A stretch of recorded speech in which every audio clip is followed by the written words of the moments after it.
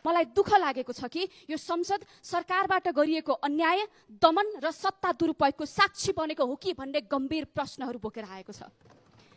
सभामुख महोदय, प्रसङ्ग जोड्न चाहे, गत संसदीय निर्वाचनमा सबैभन्दा फराकिलो मतान्तरले निर्वाचित राष्ट्रिय स्वतन्त्र पार्टीका संसदीय दलका नेता रवि लामिछानेलाई राज्यले झुटो अभियोग लगायो अनि संसदलाई फलानु अभियोग दर्ता भएपछि त संसद पद निलम्बन हुन्छ नि भनेर पत्र लेख्यो र संसद सचिवालयले संसदको विशेषाधिकारको पनि वास्ता नगरी संसद सञ्चालनको आफ्नै छुट्टै नियम हुँदाहुँदै अन्य कानुनमा टेकेर संसद पद निलम्बनको सूचना टाँस गर्यो।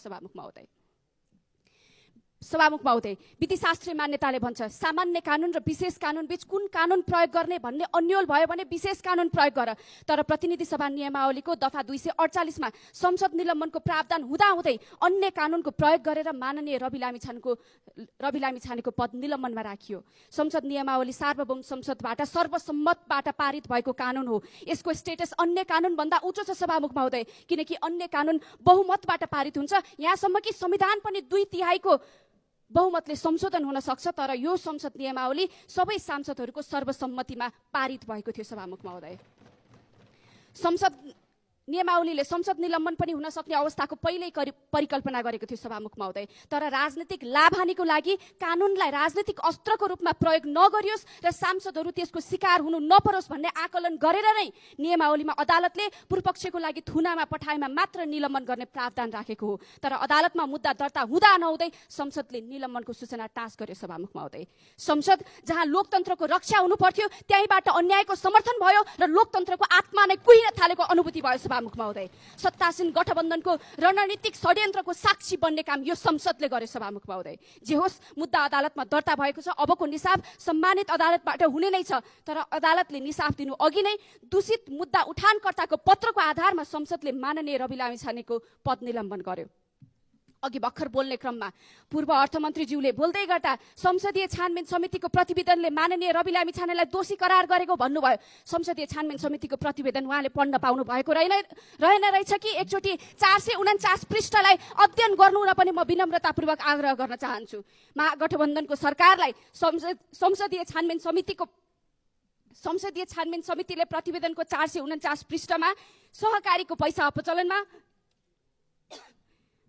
रवि लामिछानेको संलग्नता देखिएन भनेको विषयमा ठगी, त्यतिले नपुगेर संगठित अपराध र त्यतिले पनि नपुगेर सम्पत्ति शुद्धिकरण अभियोजन गर्न कति पनि संकोच लागेन सभामुख महोदय। यो हामी बुझ्छौँ। नयाँ शक्तिलाई दमन गर्न यत्तिको बल त लगाउनै पर्यो। तर संसद सचिवालयलाई सरकारको यो दमनको साक्षी बन्न संकोच किन लागेन सभामुख महोदय?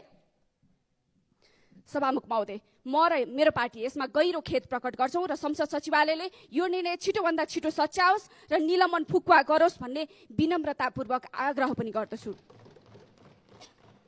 सभामुख महोदय, हामी त संसदीय अभ्यासमा आएको ठ्याक्कै 2 वर्ष भएछ। कसैसँग 1 रुपियाँ घुस खाएको छैन, भ्रष्टाचार गरेको छैन। तर पनि हजुरबुवाले आर्जेको सम्पत्ति समेत नछोडिकन माननीय रवि लामिछानेमाथि सम्पत्ति शुद्धिकरणको मुद्दा दर्ता भएको छ।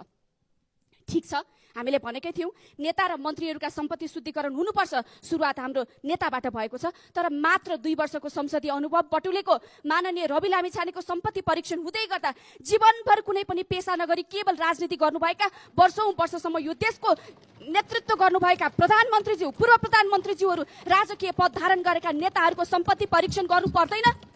सभामुख महोदय, सबै नेताहरूले सम्पत्ति परीक्षणको लागि, छानबिनको लागि मार्ग प्रशस्त गर्नुपर्छ अनि सम्पत्ति शुद्धिकरण मुद्दा प्रधानमन्त्री मातहतको विभागले होइन, छुट्टै एउटा स्वायत्त आयोग गठन गरी त्यो आयोगले हेर्ने व्यवस्था गर्नुपर्छ।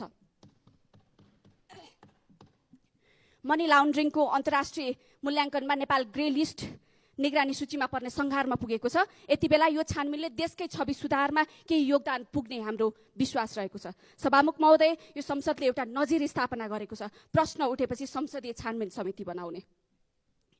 जनताले गम्भीर प्रश्न उठाएको गिरिबन्धुको विषयमा, व्हाइट बडी घोटालाको विषयमा संसदीय छानबिन समिति किन नबनाउने?